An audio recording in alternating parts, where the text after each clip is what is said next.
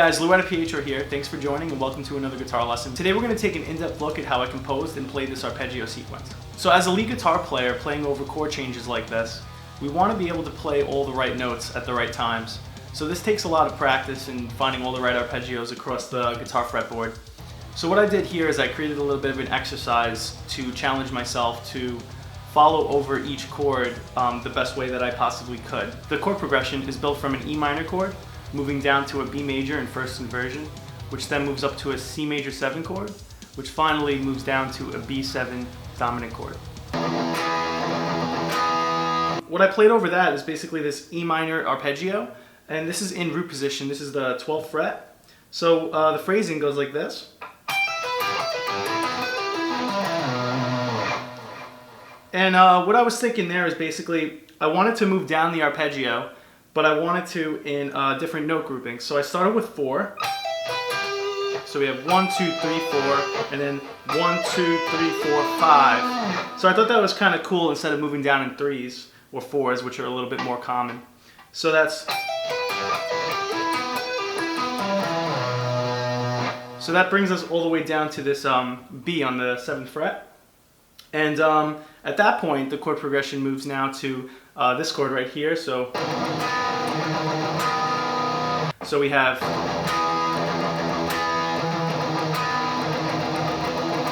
that kind of progression going down like that.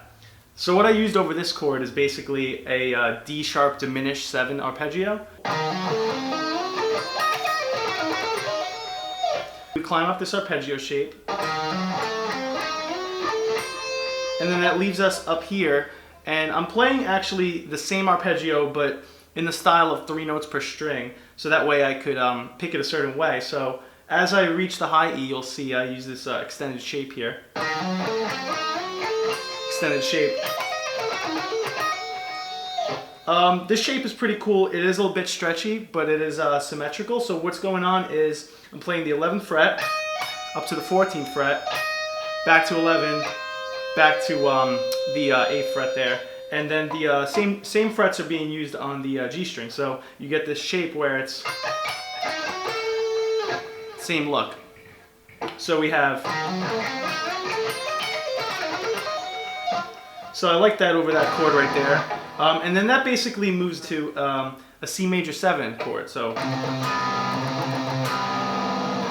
I thought, why not move up the guitar there and come down the C major 7 arpeggio. So what I play next is... So this is pretty simple. I'm just using some sweep picking here. And then at this point, it's a little bit interesting. We're going to be using some economy picking. So I'm basically going to play a down on this C note right here, and then an up, and then an up right here, and then basically a down here, which will then hammer. This just makes it nice and smooth. So we have, and that finishes the phrase over the C major 7 chord. And then after that, we're basically moving, obviously, back to the B7 chord here. So I wanted to ascend up basically like a B major arpeggio. But I wanted to make it a little bit more interesting, so what I did is I included the flat 9 interval here to create a little bit of tension. So we have... I thought this was a pretty cool arpeggio to play. We're actually using some interesting chord tones here and some interesting intervals. We have... That's that flat 9. We're using a flat 6 here. And back, resolving to the chord tone. Okay, after that chord, we're back at the E minor chord in the progression. So all this is basically an E minor arpeggio, moving up the fretboard in inversions. So again, I'm varying the note grouping to make it a little bit more interesting. So I have a set of 4 here. 1, 2, 3, 4. Then we have 1, 2, 3. And then we move up one more inversion here, and we have... So that last one just finishes the measure. Okay, so that conveniently leaves us at the 15th fret, where I then move back a half step, and I play this sequence like this. So all this is again, that D sharp diminished arpeggio. So basically the idea here was to use this symmetrical shape we get from a diminished scale. But I wanted to make it a little bit more interesting, so I jumped around a bit. Okay, that phrase uses all those same notes that I just played here. So this part we're going to just be using some strict alternate picking. This is one of the most challenging sequences because of just really trying to get your pick in and outside of the strings. That way they don't interfere. You're jumping around a little bit here.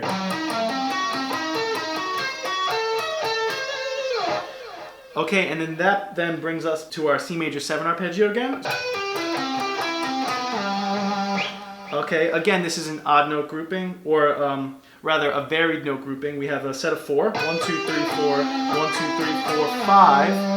And then I wanted to slide down because I kind of wanted to move down the fretboard here. And I played this next phrase here. So that has that interesting note here, which is basically the sharp 4 of the C major 7 chord. So that gives it that kind of Lydian sound you're hearing there, and I thought that was pretty cool. Okay, and then finally we are at our B7 chord, last chord of the progression. So I really wanted to create some tension here. Instead of just using the B7 arpeggio or the B major arpeggio, what I did is I used some cool intervals. So we basically use the flat 9 here, the flat 6, just to create a little bit of tension. And there's even a little bit of a chromatic run at the top. So this goes like this. Basically we're climbing up, so we have a B, moving up to the C, that's the flat 9. Then we have the 4th resolving kind of down to the 3rd. And then we have the flat 6. So we have... And then basically repeating that here, so we have... Put it together, we get... And then after that, I'm just playing this little chromatic line here. We're just surrounding the B note, the tonic here, so we're going... So I found that kind of created a cool tension before we ended the line. So we play that. So then we basically just play this 15th fret here, whole step bend. And that would end the phrase. Hey guys, thanks for joining. I hope you found this lesson helpful, and I hope you can take some of these ideas and arpeggios to your playing and your writing.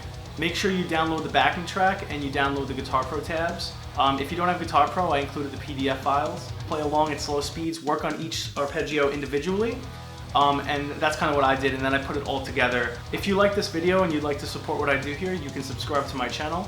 You can follow me on Instagram. I'll drop the link right here. Please let me know if you have any questions, and I will see you guys next time.